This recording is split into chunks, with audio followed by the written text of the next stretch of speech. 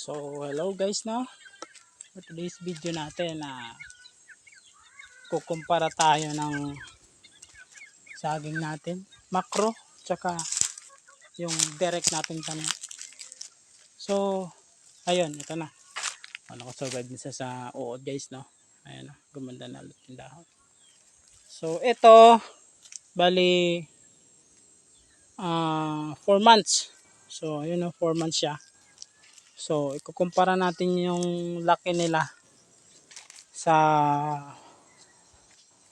5 months and a half, magsi 6 months na direct. Tapos ito naman ay bali si macro natin ginawa. So ngayon kukumpara natin. So pupunta tayo dun sa ibang side ng tanim ko na yung tanim is puro direct. So ayun. So ngayon, ayan dyan guys. Yan, titigan nyo maigi yung 4 months. Mga 4 months and a half na siguro. So ayan, 4 months.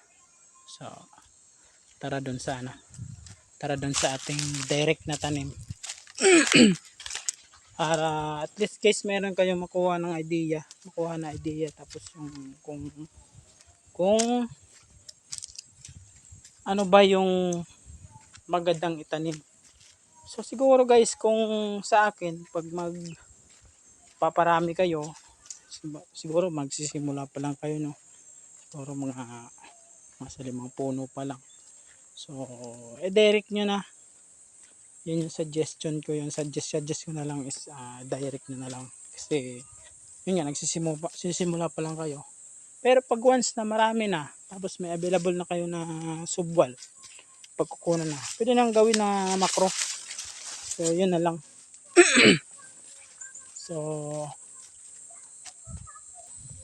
so ayun guys, andito na tayo, no.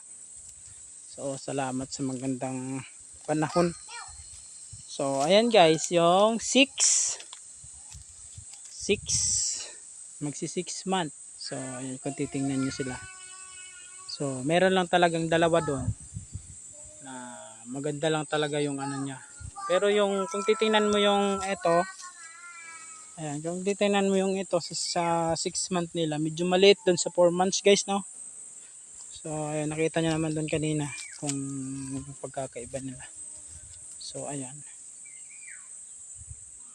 Ayan yung magsi 6 month natin.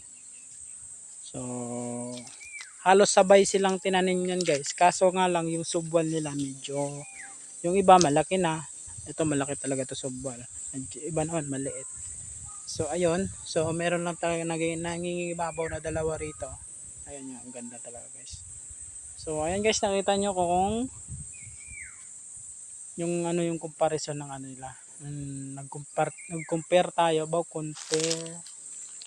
So nagkumpara lang tayo ng macro at saka yung direct na tanim. So ito guys, halos ilan ba to? 2, 4, 6, 8, 10, 12, 14, 16, 18, 20, 22, 26. Halos mag 30 na pirasong subwal yung tinanim ko rito na direct. So ito sila 6 month. Tapos doon sa 4 months na 4 months and a half na macro natin. So ayan. So thank you. Sana may napulot kayong idea naman guys. So kung depende naman sa inyo ya guys. Sa akin kasi mas ako dun sa macro. Mas nagagandahan ako sa tubo. Ang bilis talaga guys. So ayan. Ayan na sila. So thank you very much. Happy farming guys. Sana may napulot kayo. Thank you. God bless sa atin.